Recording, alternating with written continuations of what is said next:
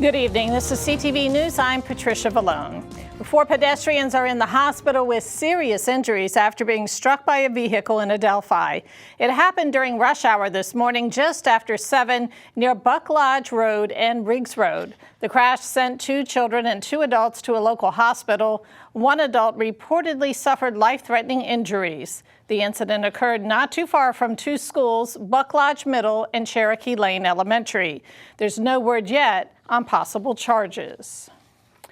Well, there has been a disturbing string of anti-Semitic incidents in Montgomery County in recent weeks, and the county executive, Mark Elrich, is today again speaking out against hate.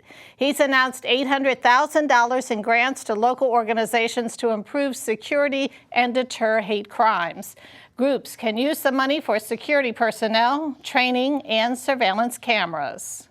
While Jews constitute about 2% of America's population, we are the target of the majority of our nation's religious-based hate crimes. Unacceptable rising levels of hate also continue to be directed against Muslims, Sikhs, African Americans, Asian Americans, the LGBT community, and other groups. We simply will not tolerate incidents of hate, bias, and intolerance in our county. We've had so many deeply disturbing incidents that it's hard not to act, and we are going to continue to act to do the things we need to do to make our communities safer. And the funds were made possible through the county's nonprofit security grants program. Well, a speeding SUV crashes into a Chilham home, causing major damage. The incident happened here last night at the 6900 block of Riggs Road.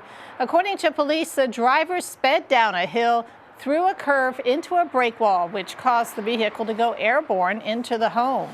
Thankfully, the driver was not hurt and no one was at home at the time of the incident. The motorist has been charged with driving without a license, speeding, as well as reckless and negligent driving.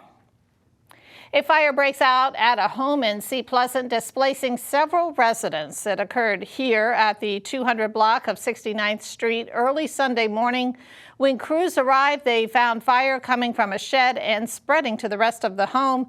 Officials say 7 adults and 2 children have been displaced. No word yet on what caused the blaze.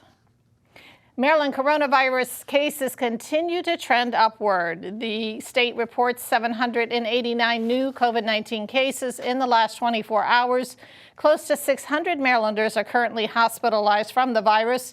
Meantime, 9 residents have died of COVID over the last day. And you are watching CTV News. I'm Patricia Vallone. We'll be back in just a moment. If I could be you, and you could be me for just 1 hour. If we could find a way to get inside each other's minds. If you could see you through my eyes instead of your ego, I believe you'd be surprised to see that you've been blind. Walk a mile in my shoes. Walk a mile in my shoes. Yeah, before you abuse, criticize and accuse. Walk a mile in my shoes. Walk a mile in my shoes. Well, before you abuse, criticize and accuse. Walk a mile in my shoes.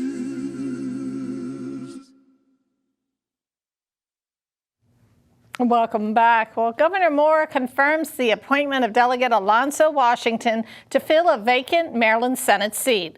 Washington will be sworn in this evening to represent District 22 in Prince George's County.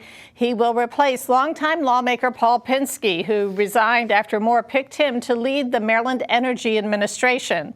Washington will become the district's first ever black senator, representing Riverdale, Greenbelt, and Hyattsville. Meantime, 2 new Democrats expressed interest in the open Maryland House seat being vacated by Washington. Rush Baker, the son of former County Executive Rashawn Baker, says he plans to seek the appointment to represent District 22. The 35-year-old currently works at Baker Strategy Group, a consulting firm in College Park. Molly McKee Seabrook, also 35, was a former chief of staff for then Senator Bill Ferguson. Ferguson is now Senate president. Ashanti Martinez was the first to announce his interest in the appointment. The 26-year-old is currently chief of staff for newly elected councilmember Crystal Oriafa. Well, traffic and food security are two topics of regional importance to Prince George's, according to County Executive Angela Alsobrooks. She recently spoke with CTV about issues that she says cross over local boundaries. Rapid transit out of Charles County coming into Prince George's County, resolving that issue. I know that they will be once again talking about the ways that we alleviate some of the congestion and gridlock on the Beltway. And so those are some regional issues that we work on. But these healthcare issues, the food desert issue is one that we're going to need the support of other jurisdictions to solve. And it has been a challenge for us. And Alsobrooks says healthcare is also an important regional issue. Well, Maryland has received a windfall from Congress in the past few years, but could that all end now that Republicans control the U.S. House? Two Maryland lawmakers give their thoughts on what the future holds for the state. Working on housing issues, the Chesapeake Bay, some of our economic empowerment issues. We have a lot of issues that are priorities for us left over from the last Congress. We got a lot done with the American Rescue Plan, the Inflation Reduction Act, the bipartisan infrastructure bill. We now need to implement that, but we still need to do more for economic opportunity dealing with inflation. What we saw over the last 2 years with the Inflation Reduction Act, with the bipartisan infrastructure bill, with the CHIPS Act, we've seen some of the most important policy making at the federal level that we've seen in generations. And I'm worried that now that we have divided government, there's going to be a bit of a stalemate. We still have the opportunity to use the federal dollars that came because of the last Congress and President Biden. And now we'll just have to use those resources to the best of the ability and lead at a state level. And included in Congress's recent federal government spending package are enhancements for retirement savings, protections for pregnant workers, more nutrition assistance, and help paying utility bills. Well, continuing on his pledge to combat climate change, Governor Wes Moore announces Maryland's participation in the U.S. Climate Alliance. Moore has proposed a $422 million investment in protecting the environment, funded through the transfer tax that supports land preservation and projects in state parks. By joining the alliance, Moore is committed to achieving the Paris Agreement's goal of keeping temperature increases below 1.5 Celsius, as well as reporting environmental progress to the global community. Still to come here on CTV News Sports. Stay with us.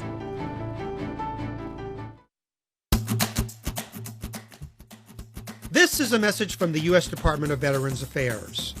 VA Video Connect, VA's secure app for video visits, allows veterans to meet with VA healthcare providers on a smartphone, computer, or tablet. With the Caregiver Connect scheduling option, veterans can invite up to 5 guests, such as a caregiver or family member, to attend their visit. The app is convenient for veterans who live far from a VA facility or have limited access to VA facilities, for those with health conditions that make it hard to travel, or when there's a lack of time to attend in-person appointments. Veterans should talk to their provider to see if a VA Video Connect visit is a good option. Learn more by going to telehealth.va.gov. That's telehealth.va.gov.